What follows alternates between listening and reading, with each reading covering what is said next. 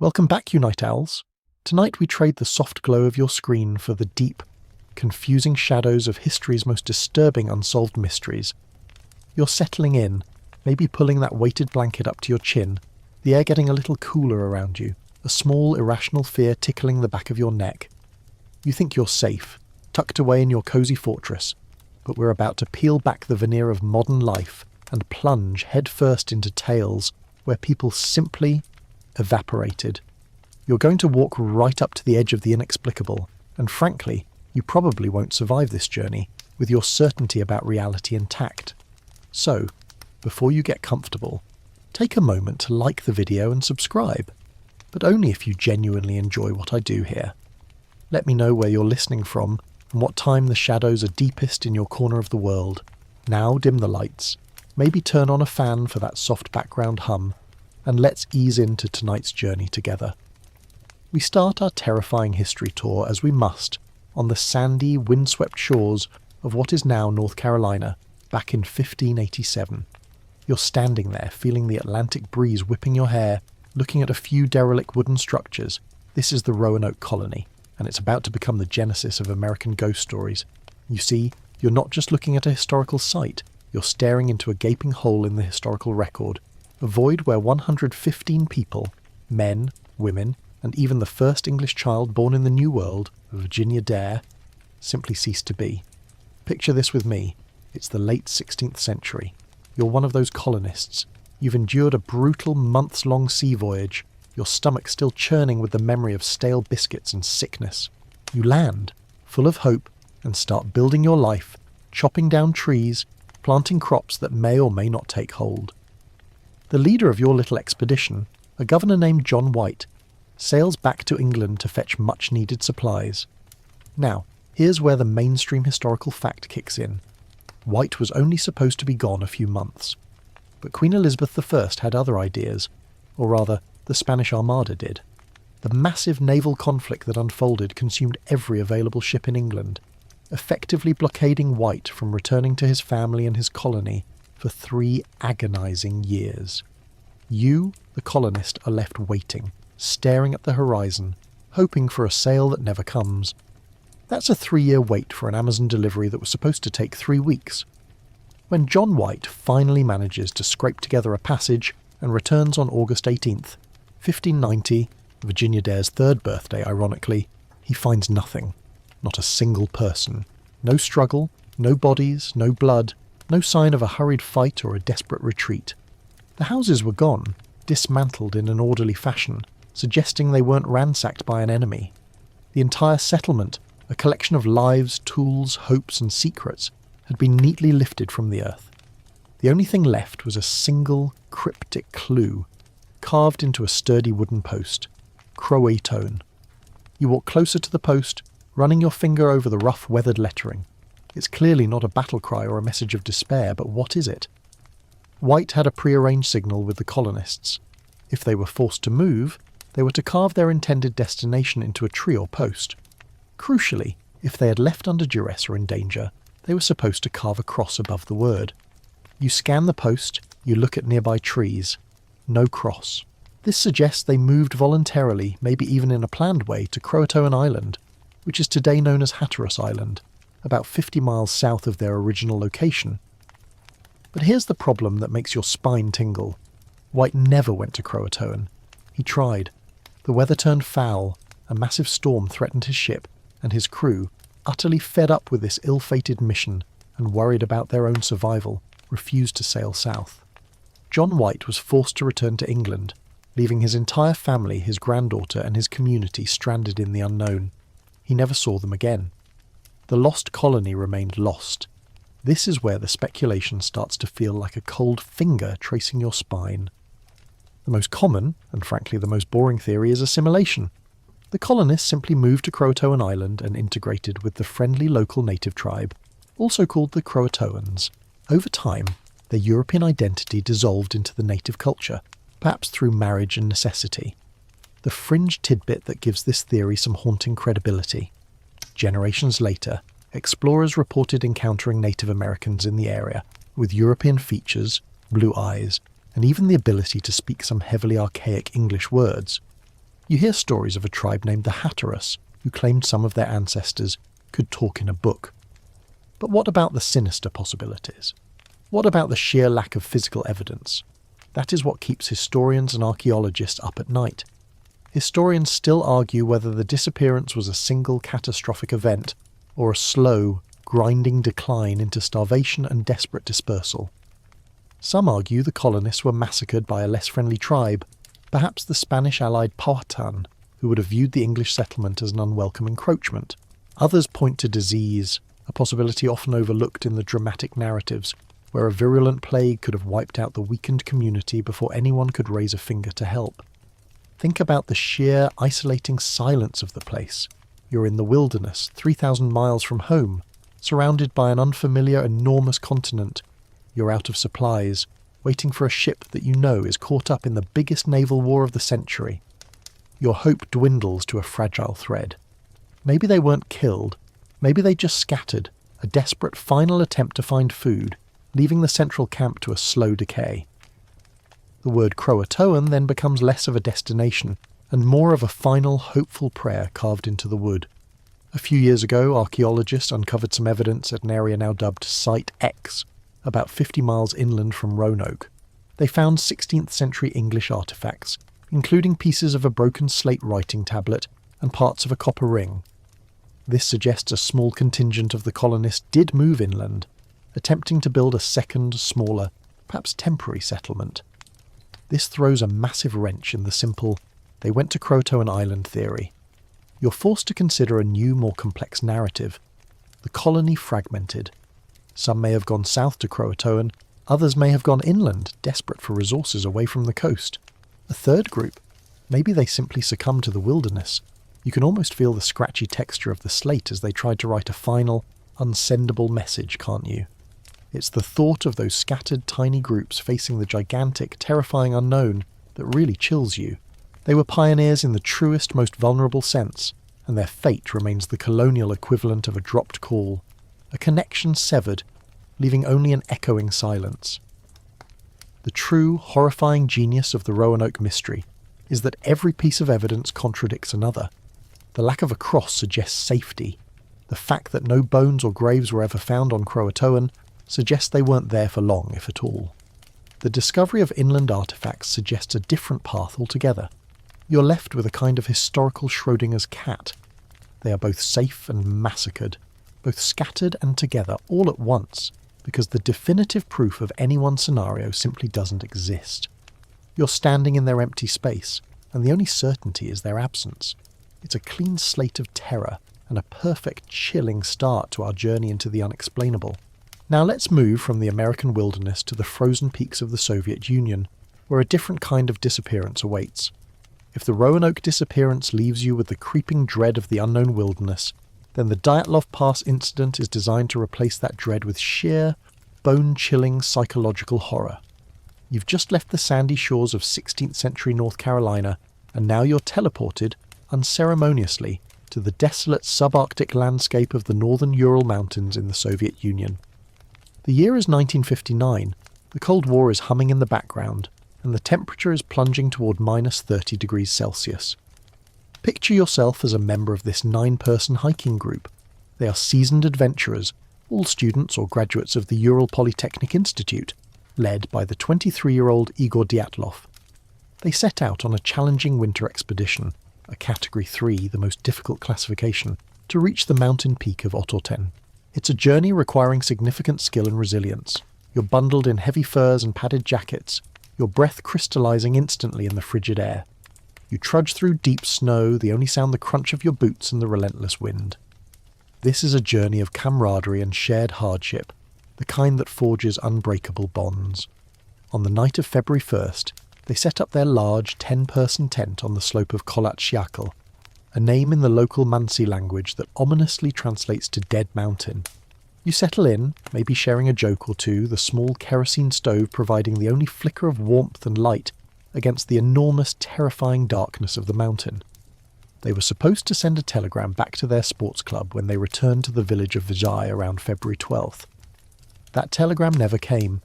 When the alarm was finally raised, and given the Soviet bureaucracy that took a while, A large-scale search operation commenced. The discovery weeks later is what elevates this case from a tragic hiking accident to an inexplicable mystery that still echoes with screams you can't quite hear.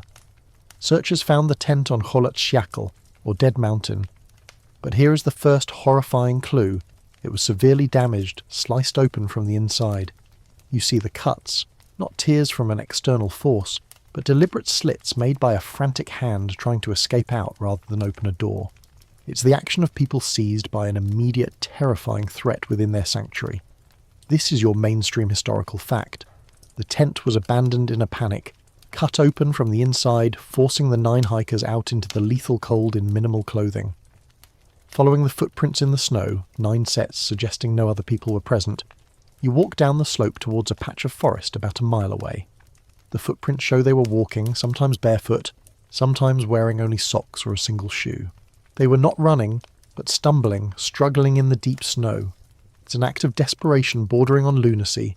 Why would 9 experienced hikers, masters of their craft, abandon a perfectly good shelter and their heavy-duty clothing, their only chance of survival, for the absolute certainty of freezing to death? Near the tree line, under a massive cedar, the first 2 bodies were found, Yuri Doroshenko and Yuri Krivonishenko. They were barefoot and dressed only in their underwear, their hands scraped and bruised from desperately trying to climb the tree, perhaps to look for the camp or an unseen threat. Then came Dyatlov, Zenaida Kolmogorova, and Rustem Slobodin, scattered between the cedar and the camp, all showing signs of desperate, agonizing death from hypothermia. But the final 4 bodies, found months later when the snow finally melted in a ravine 75 meters deeper into the woods, introduced the truly bizarre, unsettling elements. Here's the quirky or fringe tidbit. 3 of the 4 had fatal major internal injuries, yet there were no external wounds to match. Lyudmila Dubinina and Semyon Zolotarev had catastrophic chest and skull fractures, injuries so severe they were comparable to a high-speed car crash.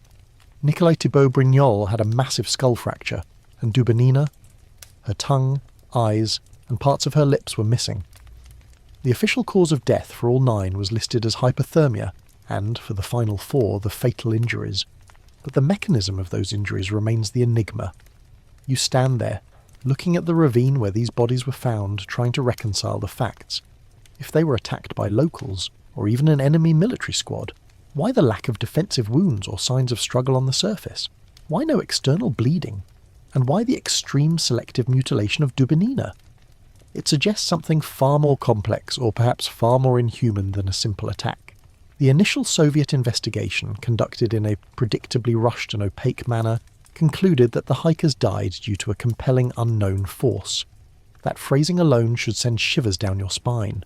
For a cold, sceptical state like the USSR to attribute 9 deaths to an unknown force is astonishing. This case is riddled with competing theories. The most mundane suggests an avalanche. You were probably taught this in school, but this is where historians still argue whether a small localized slab avalanche or a burst of wind from the mountain was the initial cause of panic. The anti-avalanche argument is strong. The slope wasn't steep enough for a typical slab avalanche, and the cuts in the tent were horizontal, suggesting they escaped rather than being buried. A more plausible, yet debated theory involves a very rare phenomenon known as a Kármán vortex street, or a microburst, which can create infrasound, low-frequency sound waves below the human hearing threshold. This infrasound, some researchers argue, can induce feelings of panic, disorientation, and irrational fear, literally driving the hikers out of their minds and out of the tent. Imagine a sound you can't hear, but which rattles your very core, compelling you to flee your safe haven. Then you have the more conspiratorial theories, which, in the Soviet context, always feel disturbingly real. Some believe the group stumbled upon a secret Soviet military test. The area was indeed used for testing, and the autopsy reports noted a strange reddish-orange discoloration on the bodies and clothing, which some attributed to radiation. A high level of radiation was indeed found on the clothing of a few victims. You can practically hear the clinking of classified files being locked away when you think about this. Did they witness a secret weapon test? Maybe some sort of experimental explosion, or a military accident, and were silently eliminated to protect state secrets? The broken ribs and fractured skulls could be the result of a powerful pressure wave, not blunt force trauma from another person. The most bizarre detail of the Dyatlov case, however, remains the clothing swap. Some of the deceased were found wearing articles of clothing that belonged to others, a sign of the living taking clothes from the dying to try and survive. It's a grotesque, final act of desperation. Dubinina's severed tongue is often linked to the discovery of a tiny piece of her clothing found in Zolotarev's mouth, suggesting a final, frantic internal struggle, or perhaps a bizarre attempt to stop a terrible scream. As you stare up at the unforgiving silent peak of Kholat-Syakhl, you realise the Dyatlov Pass mystery is the perfect cocktail of terror, the claustrophobia of being trapped, the agony of exposure, the panic of an unknown threat, and the chilling finality of severe, unexplained physical trauma. It's a mystery where the victims seem to be escaping from an unseen enemy, an enemy they knew was only inside their tent for a terrifyingly brief moment, or perhaps an enemy that resided only in their minds, driven there by a pressure wave or a sound wave they couldn't even perceive. The lack of witnesses, the lack of struggle, and the bizarre nature of the injuries leave you with the sickening feeling that something truly alien, either to nature or to human activity, occurred on that frozen, haunted mountain. You can practically feel the -30 degrees of panic sinking into your bones. You've shaken off the paralysing cold of the Urals, but now we're trading the vast, empty terror of a mountain pass for something far more intimate, far more insidious, the horror of a small, isolated farm where the killer was quite literally living among the dead. We're moving to the pastoral quiet of Bavaria, Germany in 1922, and stepping onto the grounds of Hinterkaifeck, a farmstead so remote its name translates roughly to behind the Kaifeck woods. Imagine you are the local postman on April 4th, 1922. You trudge up the muddy track, expecting to deliver mail to the 6 inhabitants of this lonely farm. You knock, but there's no answer. The silence here is thick, not peaceful, but heavy, like a suffocating wool blanket. This family, the Gruber family, old Andreas and Cecilia, their widowed daughter Victoria Gabriel, her 2 young children, 7-year-old Cecilia and 2-year-old Josef, and their newly hired maid Maria Baumgartner. They were known for their reclusive nature and their family squabbles, but this silence feels wrong. When the neighbours finally arrived days later, concerned because little Cecilia had missed school and the family hadn't been seen at Sunday service, they make the horrific discovery. The crime scene is what makes this case a nightmare of psychological torment. The family, except for the little boy and the maid, was found in the barn. They had been lured one by one into the barn and brutally murdered with a mattock, a pickaxe-like farming tool to the head. You walk into that barn, and the image of the 4 bodies stacked haphazardly on top of each other, covered by hay, is one that history cannot erase. It wasn't a sudden, simultaneous attack. It was a methodical, terrifying procession of death. Then you move to the farmhouse. Inside, in her bedchamber, you find the maid, Maria Baumgartner, who had only arrived the day of the murders. She too was killed in her sleep. Finally, the youngest, Joseph Gabriel, was found in his mother's crib, also struck down. 6 victims, all killed silently and efficiently, showing no signs of defensive struggle. This is your mainstream historical fact. 6 people were murdered at the Hinterkaifeck farm, all killed by blows to the head, with the victims showing no evidence of a fight. But this wasn't just a murder, it was an invasion, a violation, and a bizarre act of occupation. The medical examiner, Dr. Johann Baptist Müller, noted something crucial. The killer or killers had remained on the farm for at least 2, possibly 3 days after the murders. Think about that. You're standing there, surrounded by the silence of the dead, knowing that for 48 to 72 hours, an unseen killer was eating food from the pantry, tending to the livestock, and sleeping in one of the beds, possibly right above the bodies. You walk into the kitchen and see that someone had fed the cows, a meticulous, mundane chore carried out while the victims lay cooling in the barn and the house. Someone had used the cooking fat, eaten all the bread, and even stoked the fire. You imagine the eerie glow of the stove, illuminating the kitchen while the killer moved through the house, knowing the horrific secret held in the barn.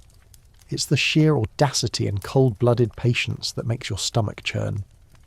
The quirky or fringe tidbit that predates the massacre adds a layer of unnerving paranoia to the story.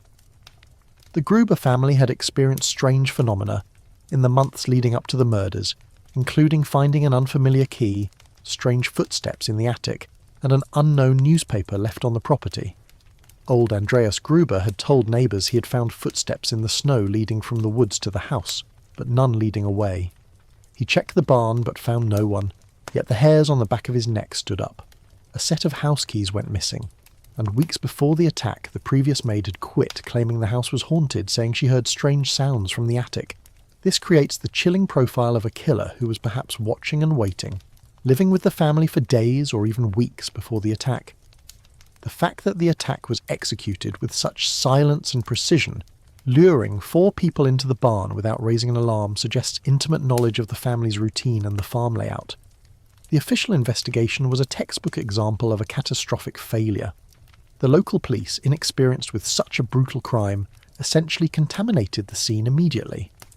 They brought dozens of curious villagers through the house and barn, destroying any minute evidence that might have pointed to the killer. They focused almost entirely on local suspects, including former lovers of Victoria Gabriel and itinerant workers. Over the decades, more than 100 people were questioned, but the police never managed to establish a definitive motive or suspect. Historians still argue whether the motive for the killings was robbery or a crime of passion and revenge. The robbery theory is weak, as money was still found in the house, and no valuables were definitively missing. The crime of passion theory often circles back to the controversial relationship between Andreas Gruber and his daughter Victoria, who are rumoured to have had an incestuous relationship, which was publicly known and a source of local scandal. Was this the act of a vengeful, shamed relative or a jealous suitor of Victoria? The evidence is simply too muddled to conclude. The one theory that lingers, given the uncanny calmness of the killer's subsequent occupation of the farm, is that the murderer was someone known and trusted by the family, a neighbour, a relative, or someone who had been living secretly on the property, like the phantom footsteps and attic noises suggested. You imagine the killer bundled up against the cold, sitting by the fire listening to the creaking house settle, just feet away from the blood-soaked scene, and you realise the sheer, terrifying banality of evil. They were just performing routine chores, waiting for the cover of night before slipping away into the woods. Decades later, in the 1980s, the police tried a last-ditch effort, exhuming the victims' skulls to study the impact patterns of the mattock, a gruesome, academic attempt to identify the weapon, and possibly the killer's height and strength. The results were inconclusive. The most recent official attempt to solve the case was in 2007, when students at the German Police Academy were given the case files to review using modern criminal analysis techniques. Their conclusion, based on the incomplete and contaminated evidence, was that they had identified a chief suspect, but they were unable to name him publicly because he was already deceased. The police cited the need to respect the privacy of his living relatives. You can't help but feel utterly cheated by history. The case has been technically solved by a class of police students, yet the identity of the monster who lived among the dead is still locked away. You leave the silence of Hinterkaifeck, a place that embodies the dread of a home invasion and the terror of absolute isolation. The ghosts here aren't the kind that rattle chains. They're the sound of footsteps in the attic that no one can explain, the slow, methodical chopping of wood by a killer after the fact, and the chilling realization that the most dangerous monsters are often the ones you trust the most, hidden in plain sight. You've left the horrifying intimacy of the Hinterkaifeck farm, where the killer lurked for days among the bodies. Now we move across the ocean to the United States, to a small town in West Virginia, where a fire on Christmas Eve didn't just destroy a home, but seemed to consume 5 children, only for those children to reappear, or at least the hope of their reappearance never truly died. This is the Sodder children disappearance, a mystery steeped in smoke, faulty evidence, and the enduring, maddening image of 5 smiling faces that vanished. It is Christmas Eve, 1945, in Fayetteville, West Virginia. You are George and Jenny Sodder, Italian immigrants who have built a respectable, loving family of 10 children. 9 of the children were home that night celebrating the holiday. Around 1 a.m, Jenny wakes to the smell of smoke and the sound of a popping noise on the roof.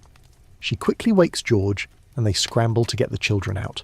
They successfully retrieve 4, John, Martha, George Jr. and Jenny. But 5 children, Maurice, 14, Martha, 12, Louis, 9, Jenny, 8, and Betty, 5, were asleep in the upstairs bedrooms and were now trapped. George, desperate, ran outside to grab the ladder he kept against the house, but the ladder was gone. He then tried to start his 2 coal trucks to drive into town for help, but neither truck would start despite working perfectly the day before. The fire was already a raging inferno, and the desperate parents could only watch and listen to the horrifying unconfirmed sounds from upstairs. This is your mainstream historical fact. 5 Sodder children were trapped in a Christmas Eve house fire, which the local fire department was slow to respond to, due in part to the fire chief's apparent initial difficulty in raising the alarm. George and the 4 rescued children could only stand and watch their home collapse into a smouldering ruin. The fire was so intense, the chief theory immediately became that the 5 missing children had been completely incinerated. The local police, along with the fire marshal, conducted a perfunctory search of the ash and debris. After just a few hours of digging through the wreckage with a small dozer, they declared that they had found not a bone, not a fragment of a skull, nothing. The fire marshal stated that the fire had been hot enough to completely consume the bodies, but Jenny Sodder, the mother, was suspicious, and her maternal instinct drove the mystery forward. The professional opinion that a human body could be entirely vaporized in a house fire was, and remains, highly questionable. A typical house fire doesn't reach the intensity of a crematorium, which leaves large bone fragments requiring a professional grinder to pulverize. She later performed her own macabre experiment, burning animal bones in her stove, and found that intact bones remained. She refused to accept the official story. The investigation into the cause of the fire also threw up red flags. Initially, a faulty wiring system was blamed. However, George Sodder had recently replaced the wiring, and the main power was still on when the fire started, meaning the lights were on, suggesting the fire did not start in the electrical system. A few weeks before the fire, a man had threatened George, saying, "Your house is going to go up in smoke and your children are going to be destroyed," because of George's anti-Mussolini views, which were occasionally controversial in the immigrant community. This introduced a chilling possibility: arson and kidnapping. Here is the quirky or fringe tidbit. The Sodder family reported that before the fire, they received an inexplicable phone call from an unknown woman, whose voice they did not recognise, who asked for a name no one in the family knew, then laughed and hung up. This happened around 12:30 a.m, just before the fire started. A separate witness also claimed they saw someone throwing a ball of fire onto the Sodder roof just before the blaze erupted. This suggests a calculated, planned attack, using the fire as a distraction for something else. The most disturbing element arrived the following spring. After the ground had thawed, the Sodder family, unconvinced, insisted on conducting a deeper professional excavation of the site. They hired a pathologist from Washington, D.C., and his team found small fragments of vertebrae. They were convinced these belonged to the children, but a second, more thorough analysis by the Smithsonian Institution shockingly concluded that the fragments belonged to a single individual, who was already an adult, and that those bones had been exposed to fire for only a short period. This meant 2 things. First, the official investigation was incompetent, and second, the 5 Sodder children were almost certainly not in the house when it burned down. This revelation cemented the Sodders' belief that the children had been kidnapped and that the fire was merely a diversion. They began a lifelong, relentless search, fueled by grief and certainty. They put up a massive billboard on Route 19, offering a reward for information, posting pictures of their 5 beautiful, vanished children. Historians still argue whether the disappearance was part of a local revenge plot or connected to a deeper organised crime network. George Sodder suspected the kidnapping was linked to the mafia, possibly retaliating against him for his outspoken criticism of Italian fascism. He spent tens of thousands of dollars investigating leads across the country. The true heartbreak lies in the phantom sightings and communications. The family received numerous letters and calls over the years, all leading nowhere. The most compelling piece of evidence arrived in 1967, 22 years after the fire. Jenny received a photo in the mail, postmarked from Central City, Kentucky. It was a picture of a young man, clearly in his late 20s or early 30s, with a striking resemblance to their son Louis, who would have been about 30 at the time. On the back, a chilling, cryptic message was scrawled, "Louis Sodder. I love brother Frankie. Lil boys. A 90132 or 35 inches. You hold that photo and you can practically feel the hope and the desperation surge through the aging parents." They hired a private detective to go to Central City, but the detective, after making initial contact with people who claimed to know the man, went silent and never reported back. George and Jenny, fearing that any attempt to publicise the photo would endanger their son, backed off. They put the photo on their fireplace mantel, an agonising daily reminder of the life they lost and the life that might be out there. The Sodder case is a disturbing blend of fire, failed bureaucracy, and a single, desperate photo. You're left standing at the crossroads of a tragic accident and a calculated crime, a chilling reminder that sometimes the evidence of death is the greatest proof of life. We're now leaving the domestic tragedies of America and returning to the cold, stark landscapes of Scandinavia, a region that seems to specialise in mysteries that are both beautiful and deeply unsettling. You're trading the smoky, chaotic scene of a fire for the clean, crisp air of a Norwegian valley, but the question remains the same. Who were they? And why did they vanish? The year is 1970. You're hiking with your family in the remote Isdalen Valley, or Ice Valley, near Bergen, Norway.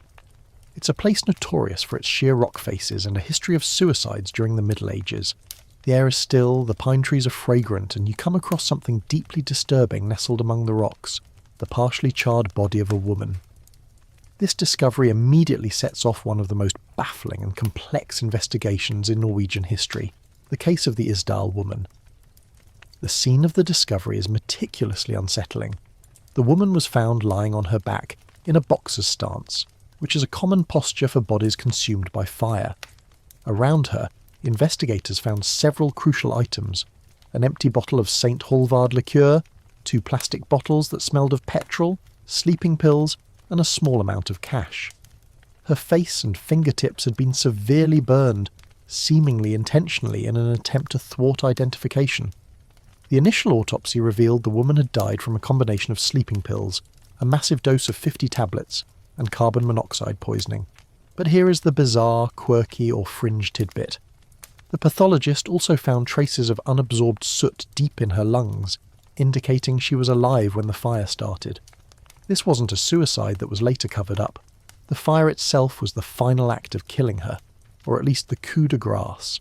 She was essentially self-immolated while already heavily drugged. When the police started to piece together the identity of this woman, the mystery deepened into a Cold War spy thriller.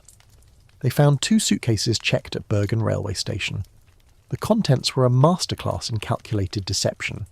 The mainstream historical fact is that the woman had travelled extensively through Europe and Norway using at least 8 different high-quality wigs and 9 different fake passports with aliases, all bearing high-quality professional photographs. She was, quite literally, a woman of many faces.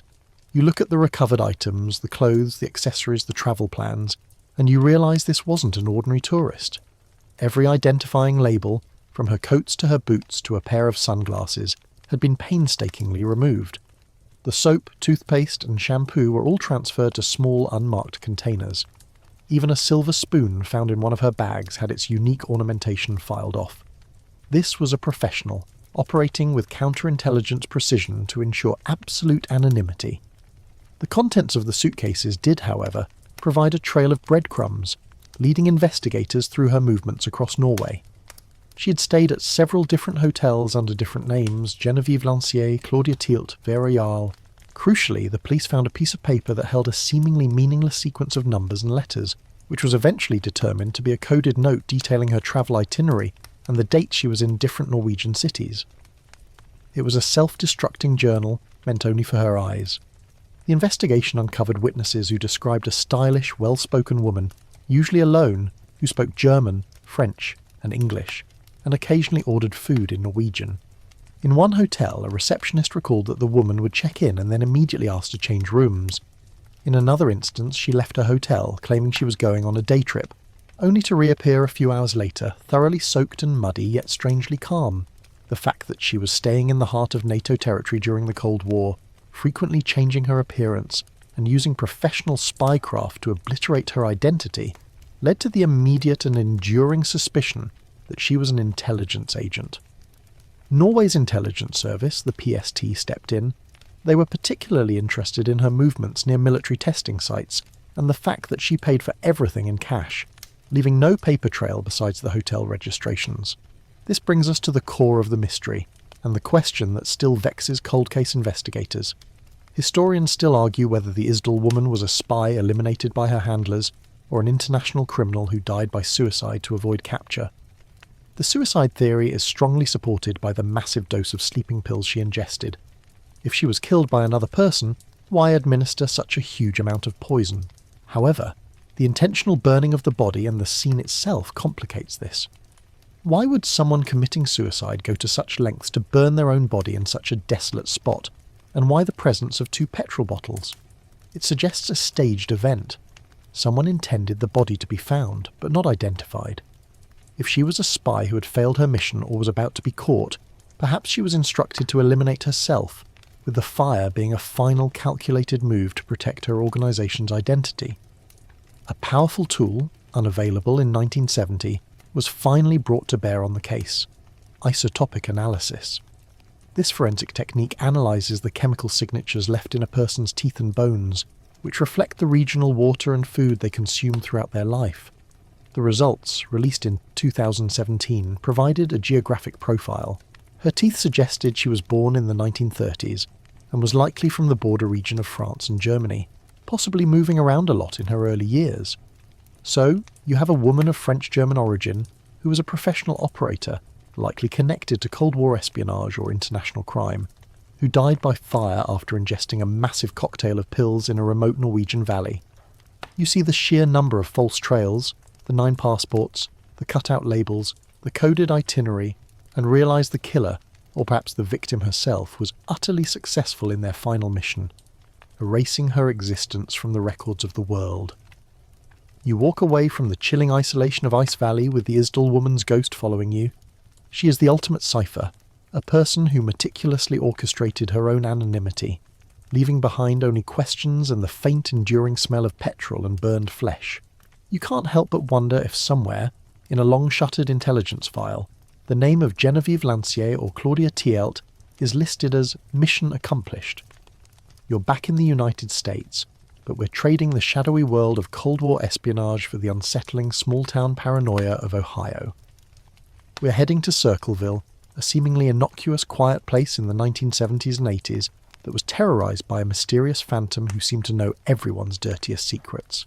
This is the case of the Circleville letter writer, a chilling example of how anonymity and mass harassment can metastasise into murder. Picture yourself living in Circleville, a place where people assume everyone knows everyone else's business. A comfortable assumption until a spate of anonymous letters starts arriving. The letters were delivered to dozens of residents, often multiple times a week. They were crudely written, aggressively abusive, and most terrifyingly they revealed highly private, embarrassing or compromising details about the recipients' lives. The letters weren't just gossip, they were targeted psychological warfare. The nightmare began in 1976, and one of the earliest and most frequent targets was a school bus driver named Mary Gillespie. The anonymous writer, who often signed off with chilling confidence, knowing they could never be traced, accused Mary of having an affair with the local school superintendent, a rumour that was reportedly true, or at least highly plausible.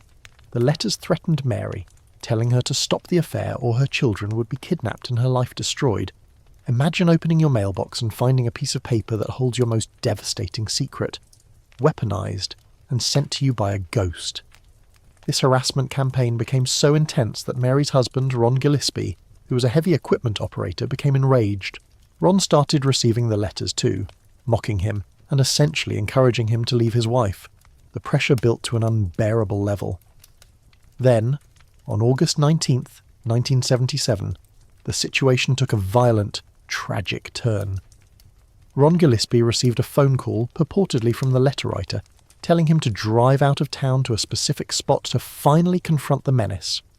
Ron, armed with a gun, drove out, but never made it to the meeting spot. This is your mainstream historical fact. Ron Gillespie was found dead in his truck after an apparent single-car crash, with his gun having been fired once inside the vehicle. The police quickly ruled Ron's death an accident. He had been drinking, and the official theory was that he lost control of his truck. The crash caused his gun to discharge, striking and killing him. However, Mary Gillespie and others close to Ron were convinced this was murder. They noted the truck's engine was still running when found, The gun had been fired before the crash, and Ron's death seemed too perfectly timed right after the mysterious phone call. The letter writer had claimed another victim, either through direct action or by orchestrating a sequence of events that led to his death. But the death of Ron Gillespie did not end the letters. It only seemed to embolden the writer. You'd think the police would be closing in, but the letters continued, even after Ron's death, often taunting the police and Mary, and claiming responsibility for Ron's fate. It was a macabre victory lap, an anonymous tormentor celebrating from the shadows. This is where the case introduces its deeply quirky or fringe tidbit. In 1983, 6 years after Ron's death, Mary Gillespie, who had continued driving her bus route, discovered a bizarre booby trap device placed on a pole near her route, designed to look like a threat from the letter writer. The device was a crude sign warning her about the letters, positioned next to a box containing a loaded pistol rigged to fire when the box was opened. The police, finally spurred into serious action, dusted the sign for prints. They found a match. Paul Freshour, a neighbour and former prison inmate who was Mary Gillespie's brother-in-law. Freshour claimed he put the sign up merely to frighten the actual letter writer away from Mary. He vehemently denied writing any of the thousands of letters, despite the fact that Freshour's handwriting did not match the letters, an analysis performed by the FBI's expert at the time, and despite his explanation for the sign, the prosecution argued that the sign was evidence of his obsession with Mary and the letters. Freshour was convicted of attempted murder for the booby trap, a crime many believe was fabricated to pin the letter writer's terror on a local fall guy. He was sentenced to 10 to 25 years in prison. Now here is the chilling part. The letters continued after Paul Freshour was incarcerated. You stand there, looking at the prison walls, realising that the real Circleville letter writer was still on the outside, mocking the police and the justice system, proving his innocence by continuing his campaign of harassment. This is your core maddening fact. The letters Paul Freshour received in prison were particularly cruel, often saying things like, "Now you can quit writing those letters." The actual letter writer was revelling in the injustice. Historians still argue whether the letter-writing campaign was the work of a single obsessive individual or a small conspiratorial group who took advantage of the atmosphere of fear. The original letters had slightly different styles and tones, suggesting to some modern analysts that it might have been a collaboration. Others suggest that the original letter writer continued their work, but then a copycat emerged, taking advantage of the fear and the easy anonymity.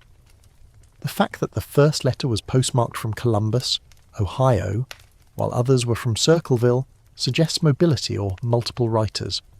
Paul Freshour was eventually paroled in 1994, still proclaiming his innocence in the letter-writing campaign. He died in 2012, his name still officially connected to one of the most disturbing campaigns of harassment in American history, even though the evidence proves the true author was never caught. The Circleville letter-writer case is a terrifying study in the power of the anonymous threat. You can't see the menace, you can't touch it, but it destroys reputations, drives people to paranoia, and eventually leads to death. You leave Circleville with the unnerving feeling that you too might have a secret that a ghost already knows, a ghost that can deliver pure, unadulterated fear right into your own mailbox. From the oppressive, small-town terror of the Circleville letters, we now sail out into the vast, indifferent hostility of the North Atlantic. We're heading to the Flannan Isles, a remote, uninhabited group of 7 small islands off the west coast of Scotland, home to one of the most famous and baffling nautical mysteries in history. You're trading anonymous psychological torture for an equally chilling isolation. The complete and utter vanishing of 3 men from a lighthouse that was locked from the inside. The year is 1900. You're sailing toward Eilean Mor, meaning large isle, the largest of the Flannans, a tiny, unforgiving lump of rock that hosts a vital lighthouse. This lighthouse was manned by a team of 4 with 3 men on duty at any given time. The principal keeper was James Ducat, a seasoned veteran. His second was Thomas Marshall, known for his quiet dependability, and the third was William MacArthur, a reserve keeper known for his quick temper. The 3 men had been left alone on this rock for weeks, their only company the endless scream of the wind and the relentless crash of the sea. Their relief ship, the Hesperus, was scheduled to arrive on December 20th, 1900, but was delayed by severe storms. The first sign of trouble actually came days before the ship even left port. On December the 15th, the steamship Archon passed the islands and reported that the Eilean Mor light was not working. Given that lighthouses were the absolute lifeblood of maritime safety, this was an immediate cause for alarm. When the Hesperus finally arrived on December 26th, the relief keeper, Joseph Moore, rowed ashore. As he stepped onto the stone jetty, the silence was the first thing that struck him. There was no greeting, no sign of the men, and not even the flag was flying, a breach of protocol. He clambered up the steep 160 steps to the lighthouse entrance, a massive, reinforced door. Moore found the door unlocked. As you step through, following him, you see an immediate scene of chilling, unsettling order. The kitchen contained the remains of a meal, some cold mutton and potatoes, half eaten on the table, as if the men had been interrupted mid-bite. A chair was overturned, the only sign of disorder. 2 sets of oilskins, which the men would wear when going outside in the terrible weather, were missing. Crucially, the 3rd set, belonging to William MacArthur, was still hanging on its hook. Moore rushed up to the light room itself. The lamp was clean, recently polished and ready for use, but the curtains were drawn. The biggest piece of cognitive dissonance you face is that the lighthouse logbook, the crucial record of their daily lives, had been abandoned. The final entries were even more unsettling. On December the 12th, Marshall noted severe winds from the northwest. Never saw such a storm. The entry for the 13th was even stranger. Marshall wrote that the storm was still raging, and that Duquette was quiet and MacArthur was crying. For the notoriously tough MacArthur to be weeping was completely out of character. The very last entry, dated December 15th, simply read, "Storm ended, sea calm. God is over all. This is your mainstream historical fact. The final log entry claimed the storm had ended and the sea was calm, yet the men had left the lighthouse, taking 2 sets of oilskins, with a half-eaten meal on the table." The ensuing search of the island found nothing. The island is small, about 17 acres, and the terrain is rough. The men couldn't simply hide. The only area showing damage was the west landing stage, where an iron railing was bent, and a massive concrete block weighing over a ton had been displaced, suggesting the unbelievable force of an immense wave. The mystery then crystallizes around this central, maddening question. What threat or what sight could compel all 3 men to abandon their post, a breach of maritime law punishable by death, during a calm sea, taking only 2 sets of storm gear? And why did the logbook entries suggest a period of extreme distress before the calm? The theories are as numerous as the waves that batter the isles. The most grounded explanation involves a rogue wave. You can imagine the scene. The men are outside, perhaps performing an emergency repair or securing something that the earlier storm had damaged. A massive, unpredictable wave, a towering wall of water far larger than normal, crashes over the island, sweeping the men away. The missing oilskins suggest 2 men went out, and the 3rd, perhaps realizing the danger, rushed out after them. The damage at the west landing stage supports the theory of a colossal wave impact. But here is the quirky or fringe tidbit. A persistent local legend holds that the Flannan Isles are haunted by supernatural beings known as the Phantoms of the Seven Hunters, and that the men were driven mad or spirited away by these entities. This might sound like folk nonsense, but it does speak to the intense psychological pressure of isolation, and it attempts to explain the bizarre logbook entries. Was the storm they recorded on December 13th a physical one, or a psychological one? The idea of a man like MacArthur, notorious for his resilience, reduced to tears by an invisible force is a chilling thought. Historians still argue whether the incident was a tragic if bizarre natural disaster, or the result of interperson conflict on the isolated rock. The internal conflict theory focuses on William MacArthur, the 3rd keeper, known to be unstable and antagonistic. Perhaps he snapped, murdered the other 2, and then either committed suicide or was swept away. This would explain the sudden interruption of the meal, the overturned chair, and the total abandonment of the station. However, there were no signs of a struggle, no blood, and no weapon. You walk around the immaculate, silent lighthouse, and the air of the inexplicable is suffocating. The light was functioning perfectly. The machinery was fine. The only thing missing was the keepers themselves. The official inquiry eventually concluded that the men were blown away by heavy seas, a neat conclusion that satisfies bureaucratic needs but fails utterly to account for the anomalies: the half-eaten meal, the locked storeroom door, the 2 sets of missing oilskins, and the fact that all 3 left the sanctuary of the tower. The tragedy of Eilean Mor is not just the disappearance of the men, but the fact that their final moments, their ultimate decision to abandon safety, remains utterly shrouded in mystery. You leave the cold, echoing halls of the lighthouse with the chilling realization that sometimes the greatest dangers are not the elements outside, but the unexplained forces, natural or otherwise, that can compel three rational men to walk straight toward their doom. We've sailed away from the haunting silence of the Flannan Isles, where the three keepers vanished into the ocean spray. Now we travel to the opposite side of the world, trading the cold, chaotic North Atlantic for the warm, sun-drenched sands of Australia. But the sense of utter bafflement only deepens. This is the mystery of the Somerton Man, perhaps the most perfectly executed puzzle in the history of unsolved cases, wrapped in a cryptic code and a single foreign phrase. The date is December 1st, 1948. You're taking an early morning stroll on Somerton Beach in Adelaide, South Australia. You come across a man lying on the sand, his head propped against the seawall, legs crossed, wearing a suit and polished shoes. He looks like a well-dressed gentleman who has simply fallen asleep after a walk. You might even walk past him. But when the police are called, they discover he is dead.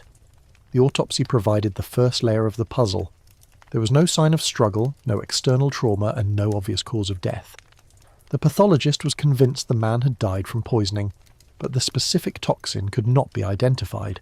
A powerful, fast-acting, and unknown poison. His internal organs were congested, his spleen was enlarged, and there was blood pooling in his stomach. The most peculiar finding was that his last meal, a pasty, was still undigested. This suggested he died extremely quickly, likely right after eating. The man himself was the second and far more complex layer of the puzzle. He was in excellent physical condition, looked to be in his mid-40s, with strong calf muscles typical of a ballet dancer or a regular runner.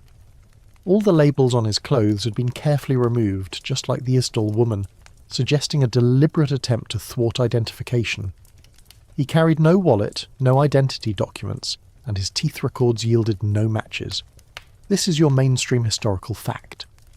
The Somerton Man was a fit, unidentified man who died from an untraceable poison on an Australian beach, with all identifying marks on his clothing meticulously removed. The only personal items found on him were minor and led nowhere: an unused train ticket, a packet of gum, cigarettes, of 2 brands, and matches. Crucially, the cigarettes were found to have been professionally rolled and were a different brand from the packet he carried, suggesting he was a careful, perhaps paranoid individual who took precautions with his smoking habits. The case was already a major mystery when, months later, police found a crucial and deeply bizarre piece of evidence. They had previously overlooked a tiny rolled-up piece of paper secreted in a hidden fob pocket, sewn into the man's trousers. Unrolled, the paper contained only 2 words: Tamam Shud. This is where the mystery officially transcends the normal police investigation. The phrase is Persian, Farsi, meaning finished or ended.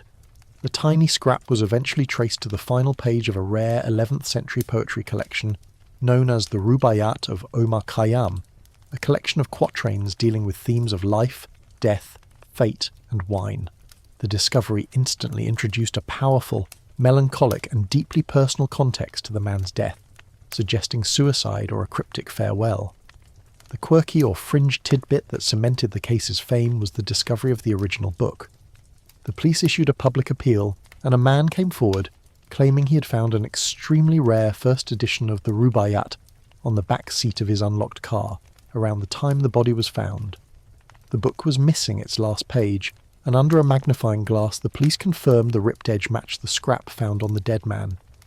Inside the back cover of the book, investigators found a series of faint 5 lines of capital letters, lightly penciled in. It appeared to be a code: WRGOABABDMLIAOIWTBGUMSTBIMPANETPMLIABOAUST. Despite the best efforts of Australian military cryptographers and international codebreakers, this 5-line cipher remains unbroken to this day. It is an unyielding barrier to his identity, perhaps containing his name, his mission, or the name of his killer. The structure suggests a visionaire cipher, or a similar hand encryption method, but the short length and lack of known plaintext make it virtually unbreakable without a key. This leads us to the heart of the debate. Historians still argue whether the Somerton Man was a jilted lover who died by suicide after a farewell message, or a high-level Soviet spy poisoned by a rival or his own handlers. The spy theory is compelling. The man's high level of fitness, the use of poison, the systematic removal of all labels, and the secret unbreakable code Scream intelligence operation. Furthermore, the location of the body, near a high-security military installation that was conducting Cold War research, adds circumstantial weight to the espionage narrative. The MLIAOI line in the cipher, some argue, could be an acronym or an instruction list. The love theory, however, also has merit. While investigating the book, the police found a phone number scrawled inside the back cover. It belonged to a woman known as Jessie Thompson, a pseudonym to protect her identity, a nurse who lived near Somerton Beach. When questioned, she claimed she didn't know the man, but she became visibly agitated and reportedly nearly fainted upon seeing a cast of the man's bust. She admitted to owning a copy of the Rubaiyat, which she had given to an army lieutenant named Alfred Boxall during World War II. Boxall was found alive and well, and his copy of the book still had its last page. This added another layer to the enigma. If the man was not Boxall, how did he end up with a copy of the same rare book and a nurse's phone number years later? The common element, the nurse, refused to cooperate further. You stand on Somerton Beach, feeling the warm sand under your feet, and the scene is hauntingly quiet. The man died in what should have been a public, highly visible spot, yet no one saw him arrive, and no one saw him die. His is the ultimate erased identity, a man who, in the post-World War II world, managed to leave behind everything except his final, coded secrets. Whether he was a spy or a broken-hearted academic, the man who held the secret of Tamam Shud took that secret to his grave. We're now taking a sharp turn away from the enigmatic singular deaths of the Somerton man and the Isdal woman, and plunging into a collective mass disappearance that happened far out on the open sea. You've traded the personal cipher for a terrifying statistical anomaly. 3 fishing boats vanishing in the same small area, under identical inexplicable conditions. We're heading to the waters off the coast of Taiwan in the late 1970s for the Taiji incident. The year is 1978. You're sitting in the humble, bustling harbour of Taiji, a small coastal town famous for its fishing industry. The Pacific waters here are usually rich with schools of fish, and the fishermen are hardened, experienced sailors. The vessels in question were 3 Taiwanese fishing boats, all of similar size and design, and all crewed by local, seasoned fishermen. They set out on a routine trip, heading toward their usual fishing grounds in the relatively calm, familiar waters just off the coast. The disappearances unfolded over a short, baffling period. The first boat failed to return and quickly became the subject of a modest search. Shortly thereafter, the second boat, operating in the same general area, also dropped off the radar. By the time the third vessel vanished, the local maritime authorities were in a state of bewildered panic. 3 boats carrying a total of 51 crew members had seemingly dissolved into the Pacific Ocean. The immediate reaction was to blame the elements, but this is where the mainstream historical fact kicks in, stripping away the comfort of a simple storm-at-sea explanation. All 3 vessels disappeared during a period of calm, clear weather, with no significant storms or maritime hazards reported. The conditions were, by all accounts, ideal for sailing and fishing. Furthermore, no distress signals were received from any of the 3 boats. In the event of a sudden, catastrophic sinking, such as hitting a submerged container, you would expect at least a frantic last-second radio transmission. The silence was absolute. You can imagine the frantic search operation. Maritime patrols scoured the area. Search planes flew over the surface looking for oil slicks, lifeboats, debris, or any sign of a struggle. They found nothing. No flotsam, no wreckage, no pieces of wood, no life jackets. It was as if the 3 boats, heavy steel and wood vessels capable of surviving rough seas, had been plucked from the surface by an unseen hand and lowered silently to the seabed. The investigation was immediately plagued by the lack of physical evidence, forcing authorities to grapple with extraordinary theories. For 1 boat to vanish without a trace is rare. For 3 in such close proximity during good weather is unprecedented in local history. The geographic context added another unsettling layer.